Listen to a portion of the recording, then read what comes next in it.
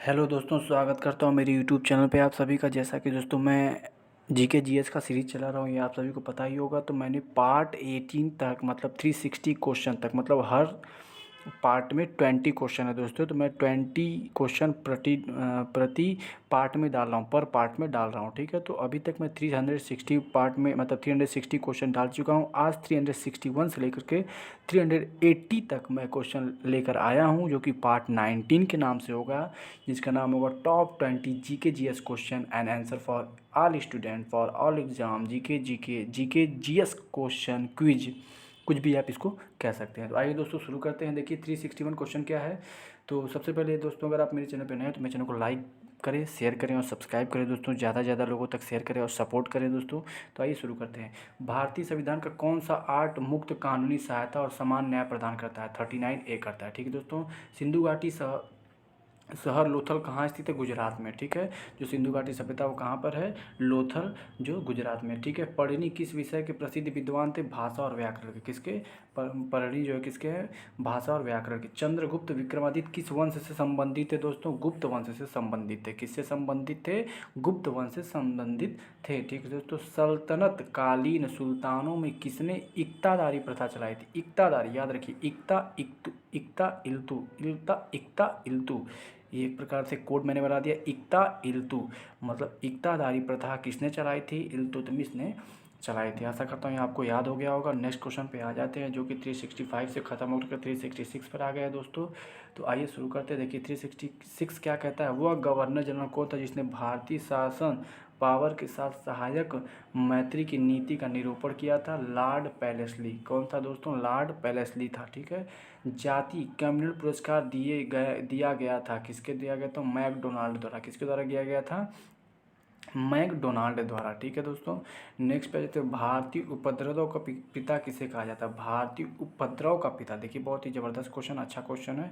भारतीय उपद्रव का पिता किसे कहा जाता है? बाल गंगाधर तिलक को कहा जाता है। आशा करता हूँ आपको ये चीज़ें समझ में आ गई होगी, ठीक है दोस्तों। नेक्स्ट क्वेश्चन पे आ जाते हैं, जो कि 368 खत्म हो गया। 369 पे आ जाते हैं। किसने 19वीं शताब्दी में हिंदुत्व को पुनर्जीवित किया था? स्वामी विवेकानंद जी ने किया था। किसने किया था? स्वामी विवेकानंद जी ने किया था। महात्मा गांधी ने सन 1930 में सिविल अवज्ञा आंदोलन कहाँ से अविनय अवज्ञा आंदोलन, ठीक है, कहाँ से आरंभ किया था? साबरमती आश्रम से किया था। कहाँ से किया था दोस्तों? साबरमती आश्रम से किया था, ठीक है दोस्तों।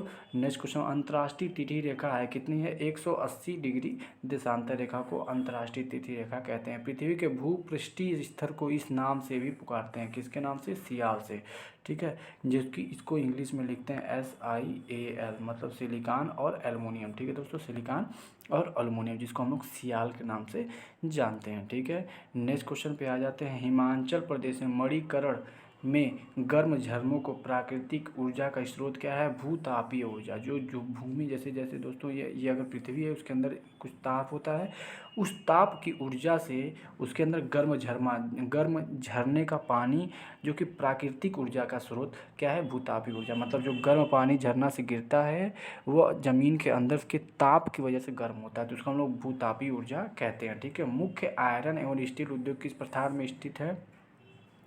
छोटा नागपुर, जो कि इसके लिए बहुत प्रसिद्ध है, ठीक है दोस्तों। नेक्स्ट पे आ जाते हैं।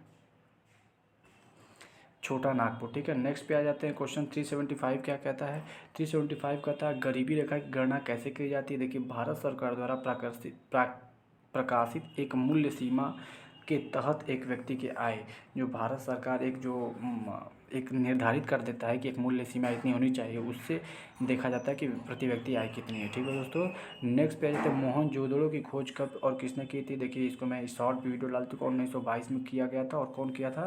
राखलदास बनर्जी जी के द्वारा किया गया था, ठीक है। सिंधु घाटी सभ्यता के लोग रत्न कहाँ से मंगाया करते थे? दक्षिण भारत से मंगाया करते थे। कहाँ से मंगाया करते थे? दक्षिण भारत से मंगाया करते थे, ठीक है। महाभारत को किस काल में दोबारा लिखा गया है? शुंग वंश के शासनकाल में। किसको? शुंग वंश के शासनकाल में महाभारत को दोबारा लिखा गया है, ठीक है दोस्तों। नेक्स्ट पे क्वेश्चन पे आ जाते हैं। जो कि बहुत ही अच्छा क्वेश्चन है। भारत का आइंस्टाइन किसे कहा जाता है दोस्तों?